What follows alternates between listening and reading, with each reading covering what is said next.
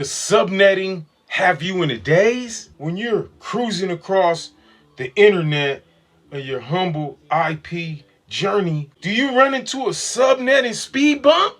Holy cow, Batman! Today, we're going to be demystifying subnetting the packet chaser way. Shout out to all my packet chasers. Packet chasers in the building! If you don't know, this is your sign to get your CCNA. All right, family. So the first thing that we're going to do is this. Before we start taking our CCNA test, we're going to be allowed to take notes. So this particular information, this is some of the notes that is on the I did a video on the notes I write down before I take the CCNA. This is what is on my personal notes. So with regards to subnetting, so the question at hand is for the IP address 192.168.1.54 with a stroke 28, what's the subnet mask, the broadcast address, the IP range, and the usable IP addresses? So the first thing we're going to notice with the question is, what the heck is going on here? You know what I'm saying? Right? That's called CIDR notation. That's CIDR notation, which is classless, inner domain routing, right? It's called CIDR notation. Some people call that cyclic inner domain routing, but potatoes, family. So the first thing we're going to start out with is we're going to write down our packet chaser subnetting chart. So with the chart, it starts out with bits, right? Well, host to the right, nets to the left. And so that is that stroke point right there, so to say. So bit-wise, it's going to be 8 bits in the last octet, which is what we're trying to figure out right now. So 1, 2, 3, 4, 5, 6, 7, 8. It's 8 bits, right, in this particular octet right here. So each one of these, that's an octet, that's an octet, that's an octet, right? Each one of those octets represents 8 bits. 8 bits per octet, right? So with that stroke 28, that means that the first 28 bits of this IPv4 address, of this 32-bit address, the first 28 are going to be masked for the network address. You get me what I'm saying? So that means that for the subnet mask, we already know that it's going to be 255.255.255 dot something, and that's what we're trying to figure out, right? Back to these bits. So this right here is 8 bits. That's 8, 16, 24 bits, right? And so with that, that leaves these 8 bits for us to use for our subnet mask, to create our subnet mask and our host ranges for this particular IP address range, right? So the next thing we're going to consider is increments. These bit positions, they increment as they move up the chain, so to say. So the first increment is going to be 1, 2, 4, 8, 16, 32, 64, 128. So that's going to be the increment value of these particular bits right here as we move up. But in this particular case, we only worried about what's going on right here. You know, these last 8 bits. So the next thing we're going to think about is the subnet mask. So how do I figure all of this out? You know, the subnet mask. So the way that this works with regards to this chart is you're going to bring the first number down, which is 128, and then you're going to add that number up in the corner, right? So 128 plus 64 is 192. 192 plus 32 is 224. 224 plus 16 is 240. 240 plus 8, 248 plus 4 is 252, then 254, and then 255. So now we got the subnet mask for each bit position.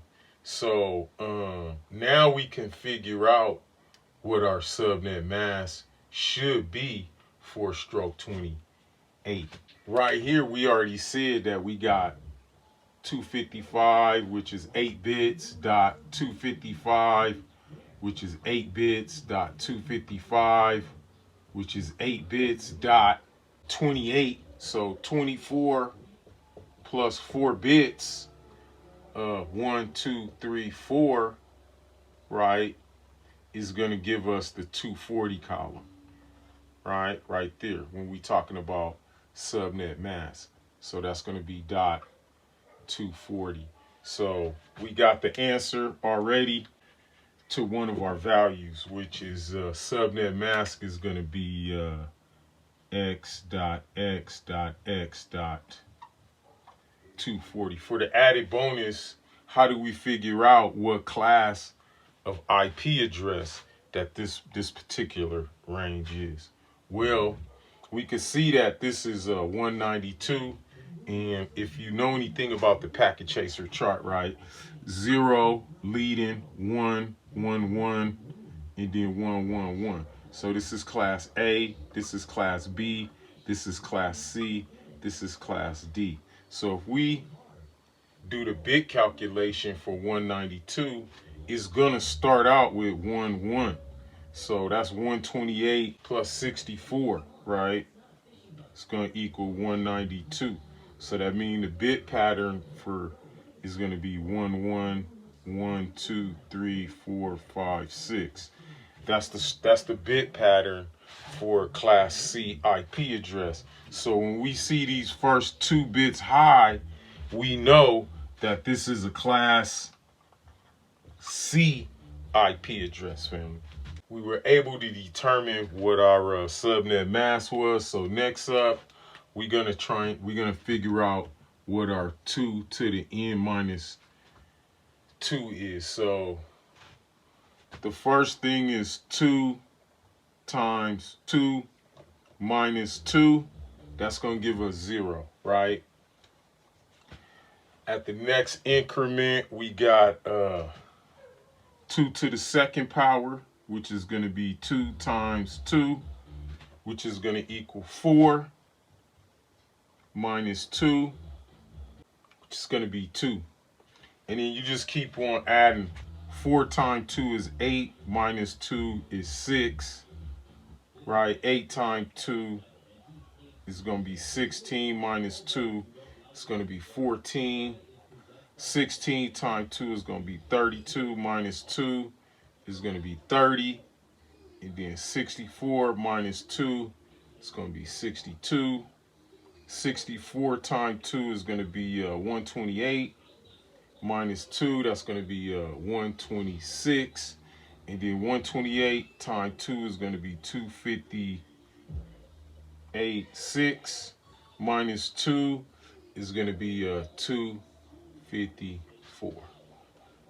Right, so this is the amount of available hosts in that particular subnet. So what I'm getting at is that in this particular subnet right here, we got 4 bits to the right to create hosts with. 1, 2, 3, 4. And so you give me 1, 2, 3, 4. So if we add all of that up, that's 8, 12, 13, 14, 15. Right? So that's going to give us, I'm just going to leave this number in the back of our mind.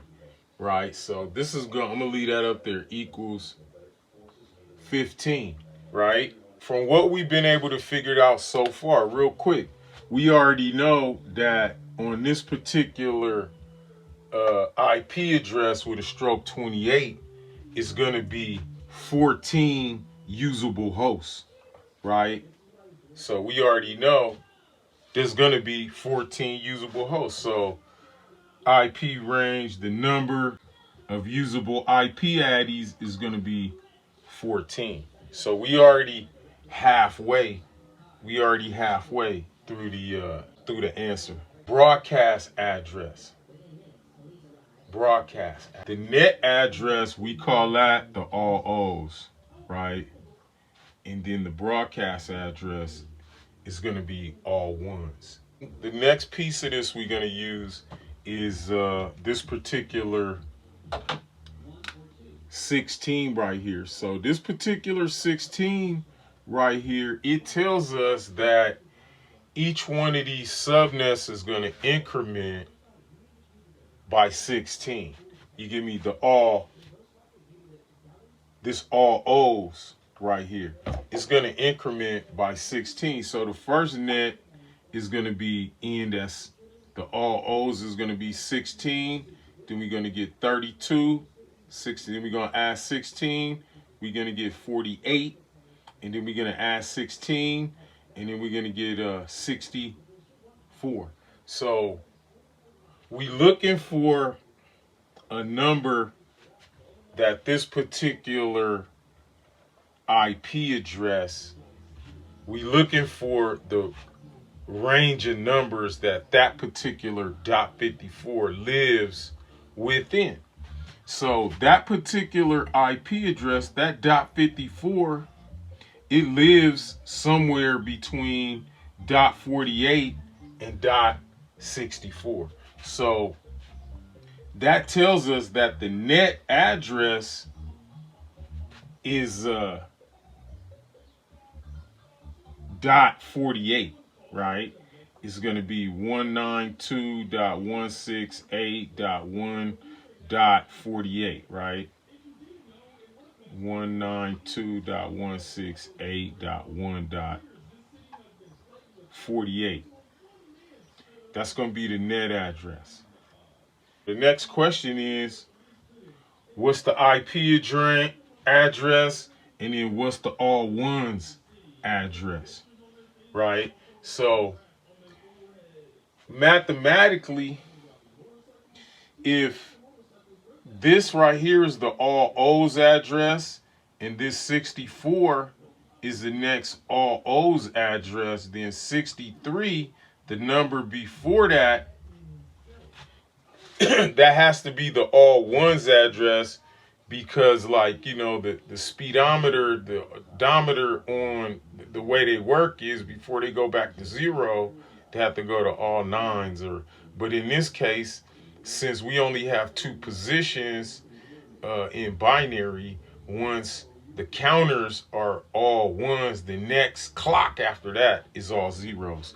So here we are, and we know the all ones address is the broadcast address. So the broadcast address is going to be 192.168.1.63. The range, the IP range, is going to be .48 through .63. You get me? And then we're going to subtract -2 addresses, meaning we're going to subtract this address and this address. That's the -2 function, right? And so that's going to give us .49 through .62 as the usable, right? 49 through dot 62. This is the complete range. This is the usable range right there. In this session, we explored using the PacketChaser subnet chart, and we also used the IP class chart to figure out the following information: subnet mask, net address, IP range, usable IP addresses, and the broadcast address, and also the class of service, which this was a Class C IP address. We did that using this particular chart. We created the chart, which we were able to create the chart before we started our CCNA exam. Once we got the question, we figured out like, hey, this is the area, this is the area we're gonna get our information from. And then once we got this information, we use that information to derive the answers to these questions. I'm going to say this like I always say: you must study each and every day to get your CCNA. And if you'd like to join us on our march towards the CCNA certification, make sure you click on the link below and become a member of our PacketChaser Patreon study group. I do appreciate each and every one of you for coming through today. Shout out to all my PacketChasers. PacketChasers in the building!